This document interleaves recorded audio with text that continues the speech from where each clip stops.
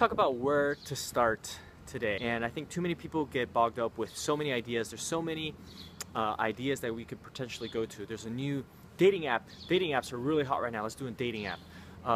You know, Bitcoin was really popular, I don't know, I think last year, and everyone's like, oh, we need to do something in Bitcoin. But you never really sit back and think about what opportunity is right for you, not just what opportunity is hot right now. So where's actually a great place to start? Well, the first one is, what can you be the best in the world at? Or what are you the best in the world at? So I get this from the hedgehog concept from Jim Collins that talks about companies and what they can be the best in the world. But individually, what can you be the best in the world? And I say this because there's many people that look at software developers, right? Software developers are making a ridiculous amount of money here in Silicon Valley, in San Francisco, and they're like, oh, maybe I'll go through Dev Bootcamp, maybe I'll go through Hack Reactor, and I'm gonna make just as much money. Or they think I'm gonna create the next Instagram, the next Snapchat, the next Tinder. But they don't really realize, hey, my background is in finance, my background is in accounting, my background is in B2B sales, and I have no idea about software development or about product development and how to acquire users. And so they're not really playing towards their strengths. So the first and foremost, you have to think about, what are my current strengths? You know, and a lot of that is, what did you get your education in? What have you been working on for the past, you know, however many years, as far as your work experience, and play towards your strengths. If you look at myself and what I've been doing, I'm not a software developer, but I've been involved with growth, marketing, and product for probably the past decade.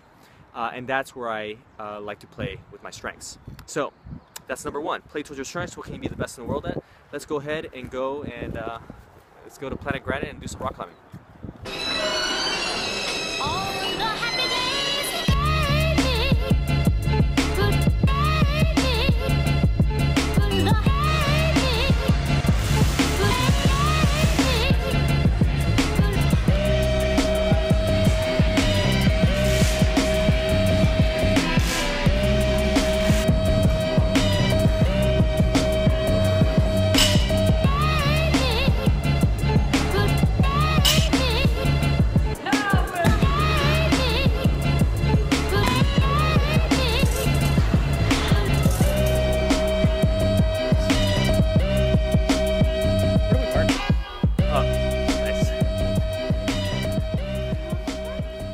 No. So the next way to really figure out where to start is to figure out, what are you passionate about? And passion gets thrown around quite a lot.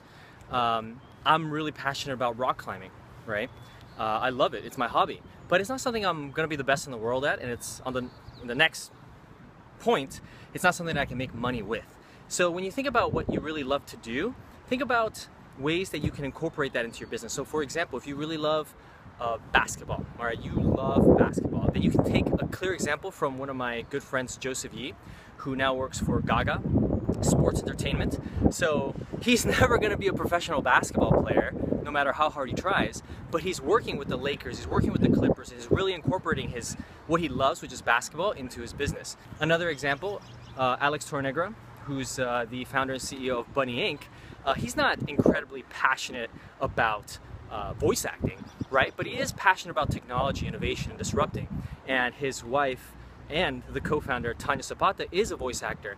And together they were able to incorporate someone's passion with someone's expertise, right? What are they best in the world at? To start a business, which is Bunny Inc., which was Voice 123 and Voice Bunny. And lastly, I really want you to think about, how are you going to make money? Many times you look at Snapchat, you look at Instagram, you look at Tinder, although I think Tinder has a revenue model now. You look at Twitter in the early days, and you fall in love, or you get enamored between just capturing users and raising funding. And I can tell you, with my co-founders and I, Yukai and Steven, when we were a lot younger, we spent months building a business plan or an executive summary in order to pitch it. But investors don't care. Investors don't care about your business plan or anything like that.